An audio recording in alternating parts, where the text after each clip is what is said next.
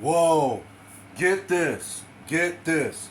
The Cavs infiltrated the trade scene yesterday like characters in that movie, Alibaba and the 40 Thieves. And allow me to elaborate on that and more as far as in why this trade took place. But allow me to brief or allow me to give you a few brief details on what this trade consists of. Now, the Cavs gave up about, if you want to get technical about it, 6 players. They gave up, what was it, 3 unprotected first round draft picks. And I think they start in year 2025, year 2027, and year 2029. And they also gave up players Colin Saxton, Laurie Macon, or is it Laurie Markin? I believe it was Laurie Markin. Markin or something like that. Laurie Markin. And gosh, I can never pronounce this guy's name. You could say I'm being a little ignorant when I'm always trying to pronounce this young man's name. It's Obi Watch or something like that. Don't quote me on that. Like I said, I'm think I'm being a little ignorant when pronouncing this young man's name, but I'm gonna get it. I'm gonna learn how to pronounce his name. So yeah, if I can, let me get a break. Can I get a break? But yeah, I'm about to go ahead and elaborate more on this enormous trade that took place yesterday. But yeah, it's a Friday. September boy, just show you where my mind is at this morning. 8 o'clock, what is it, 8:09? 8:09 in the morning. And it's September the 2nd, 2022. And of course, it's a Friday. And of course, TGIF everybody. My inner circle and people worldwide. I know y'all happy about this weekend. I know everybody needs to decompress. So, without further ado, allow me to jump into this particular topic.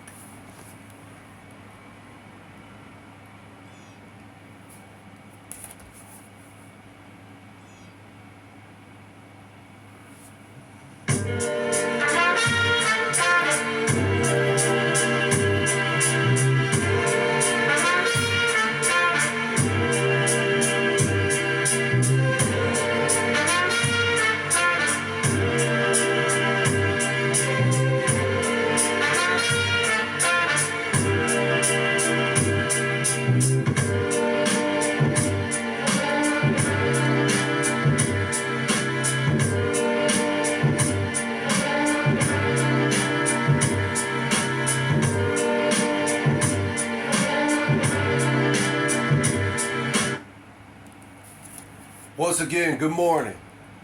How y'all doing out there? My name is DJ Lottie Dottie, and this is my podcast, Facts from the Ghost. I basically just deal with topics that's, sports related, current events related, politics related, or, faith related, which, of course, Jesus and God.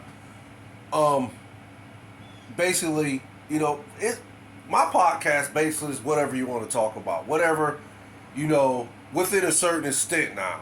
Now you can't come on my podcast and just, talk about, something that's, just out there like this, literally psycho crazy or anything like that. But, healthy debates are always welcome. Only, that is, healthy debates only are always welcome.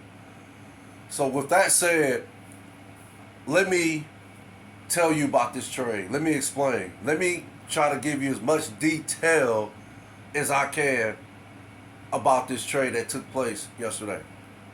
Now, basically, the Cavs, in my opinion, this trade, now, okay, we all know how Danny Ainge rolls. So, I guess you could say the trade is good for both parties involved. And for me, I'm a Cavs fan. I've been a Cavs fan since 1986. And I've been a fan because of Mark Price, Brad Daugherty, Larry Nance, Ron Harper, before the the trade that took place, the diabolical trade I like to call it, involving Ron Harper and Danny Ferry. But that's another topic. But of course, John Hot Rod Williams.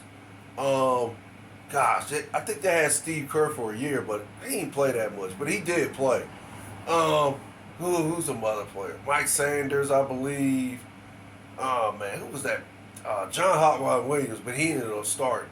But that's how come I've been a Cavs fan, because of I watched them growing up, and I know as I watched them play, I was just marveled at how they played with such passion and such courage and such just pretty much just put it all out there on the court. So ever since I watched those seasons with those players, I've been a fan ever since. So of course, LeBron gets strapped to the Cavs in 2003, and okay, the rest is history. We know he left and then came back, and then we ended up winning the 2016 championship.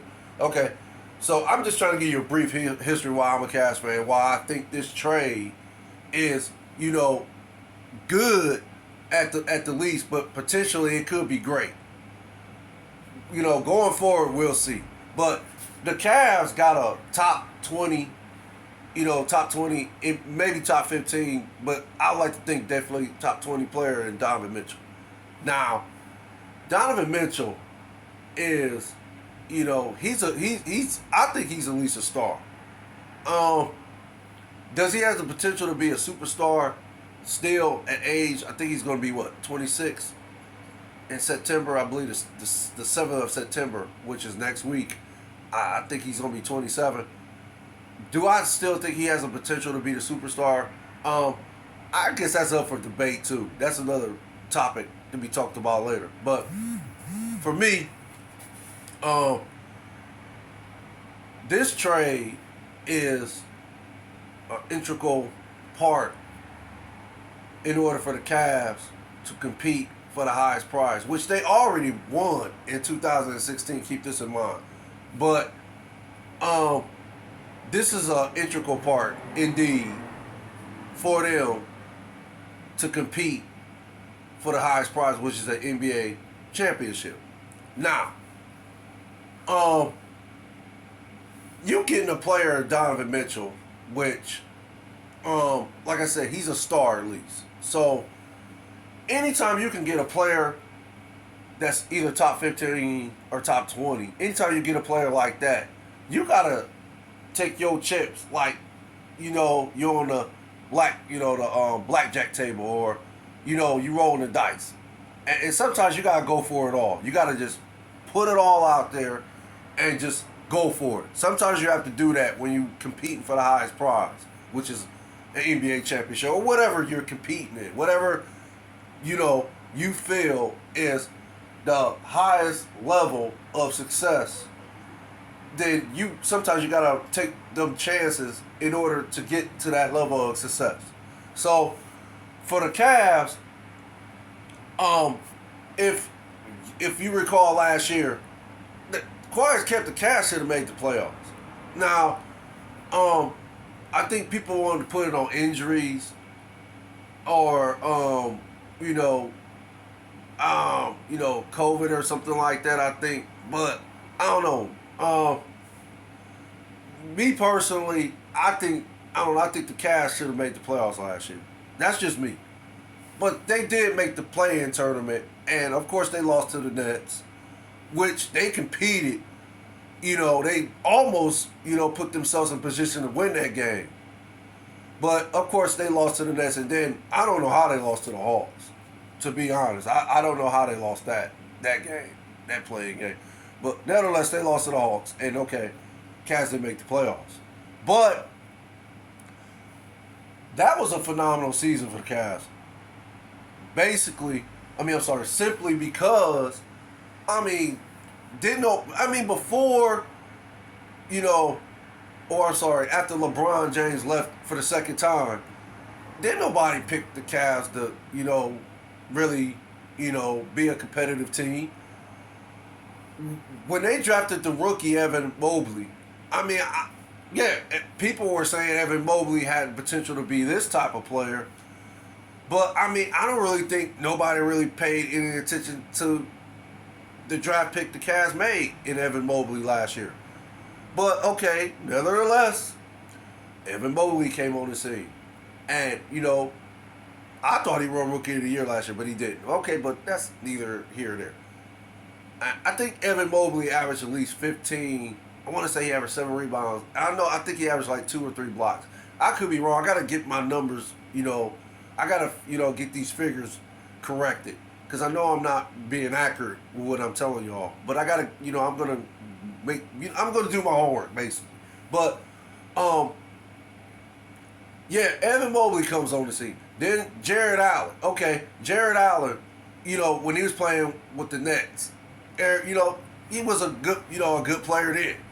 But, of course, you're playing with a Kevin Durant, Kyrie Irving, and James Harden. So, of course, you're not gonna get that much,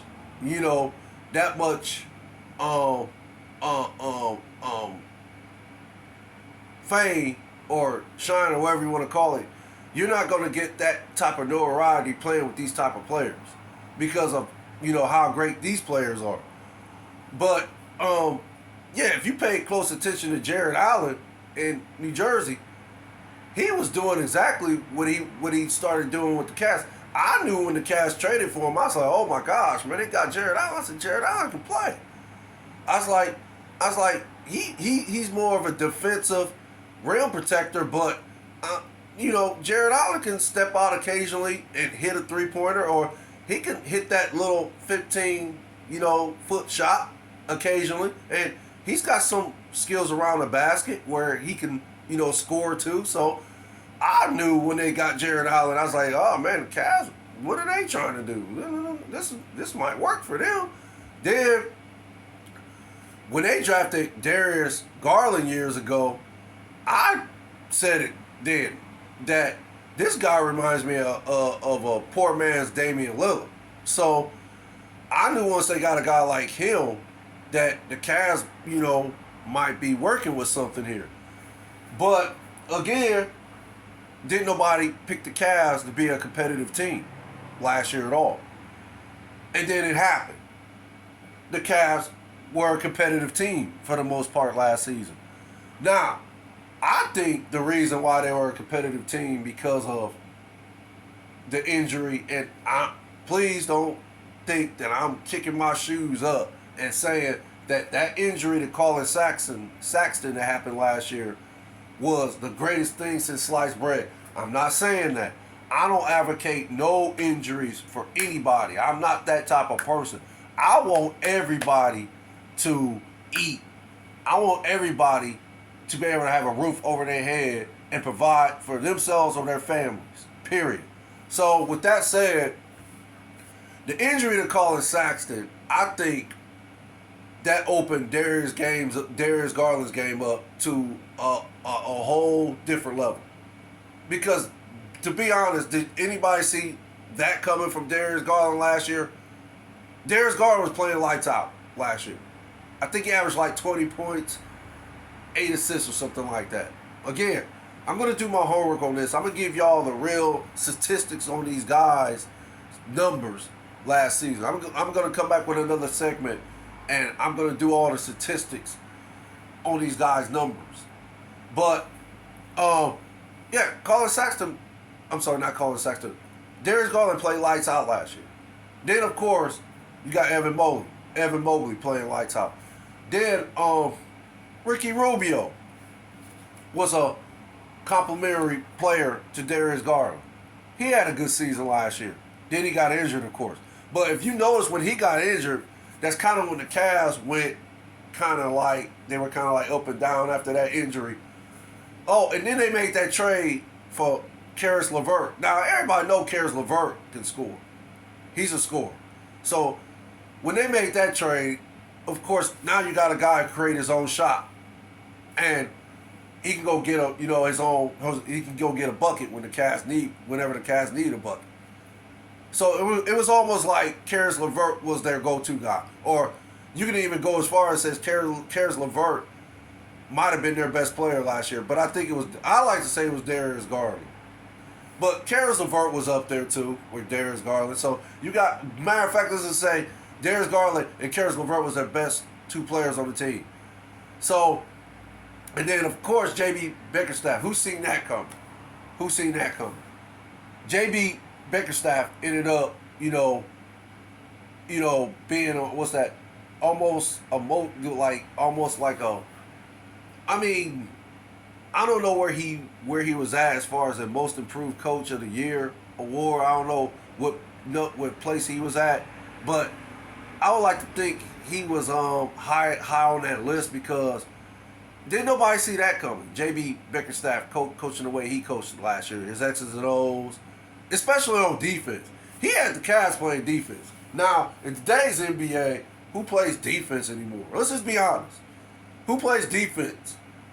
All like the way defense is supposed to be played in the NBA.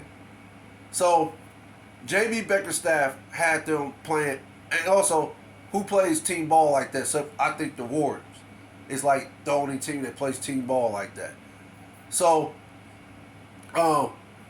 he had them playing team ball, and they was playing, they was just playing team ball, period. Let's just say team ball, period.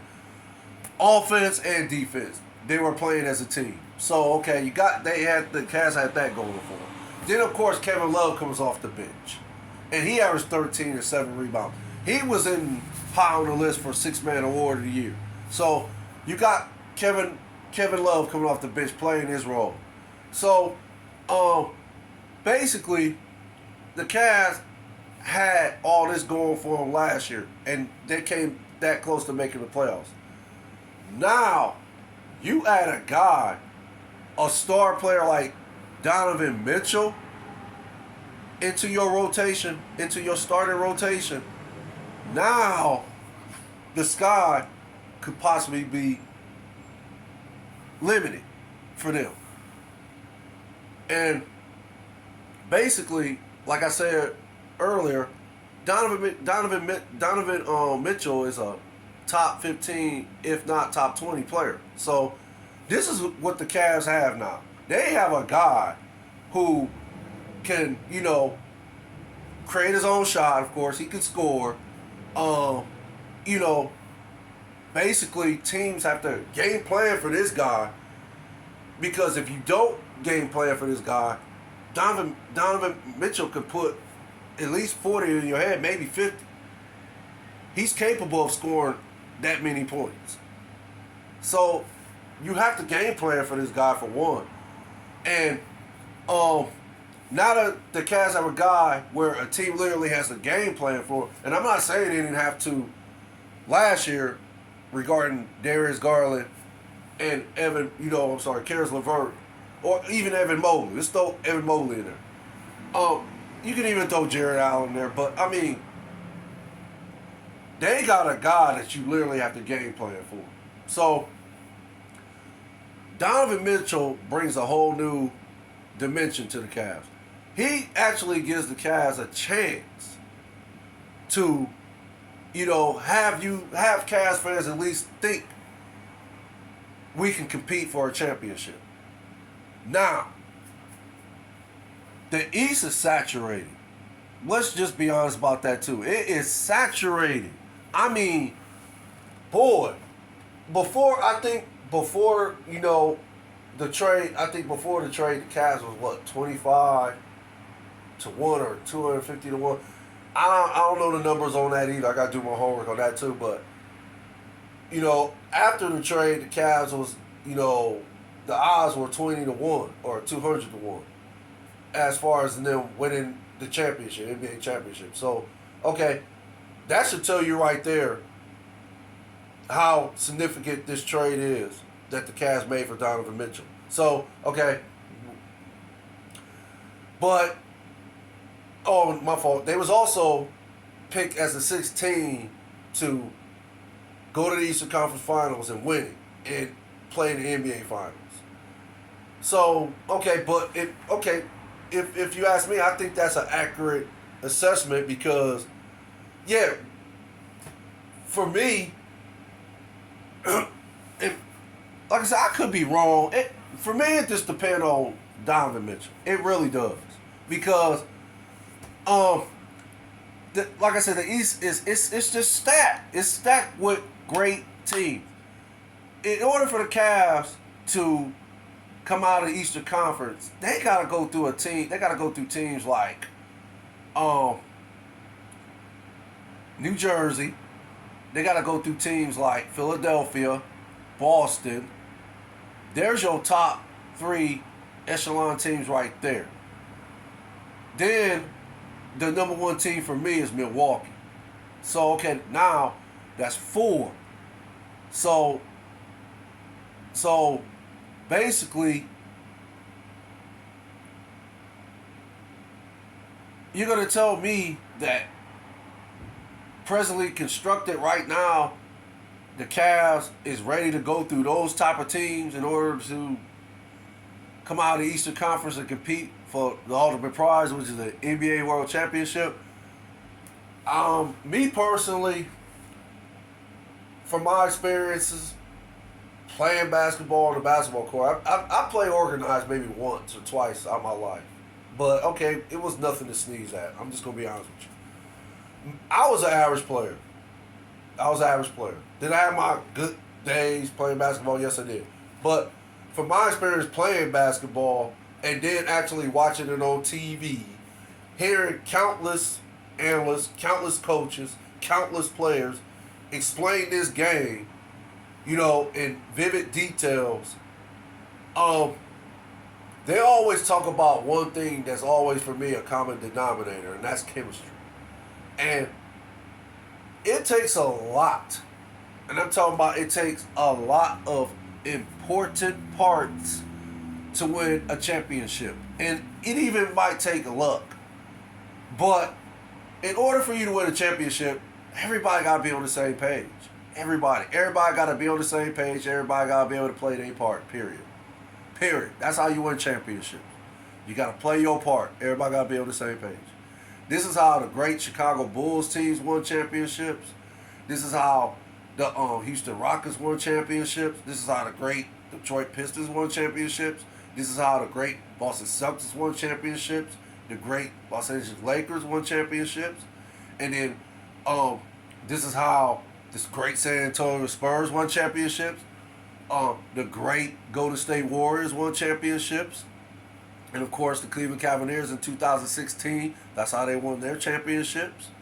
And of course, Milwaukee, how they won their championship. They all had that chemistry. Everybody knew their part. Everybody played their part. The coaching was phenomenal. The X's and O's were phenomenal. The defense was phenomenal. The offense was phenomenal. Players was phenomenal. The superstars was phenomenal. Everybody played on the same page. As far as that, everybody was on the same page. Forgive me for that one. But from my understanding, this is what it takes to win an NBA championship.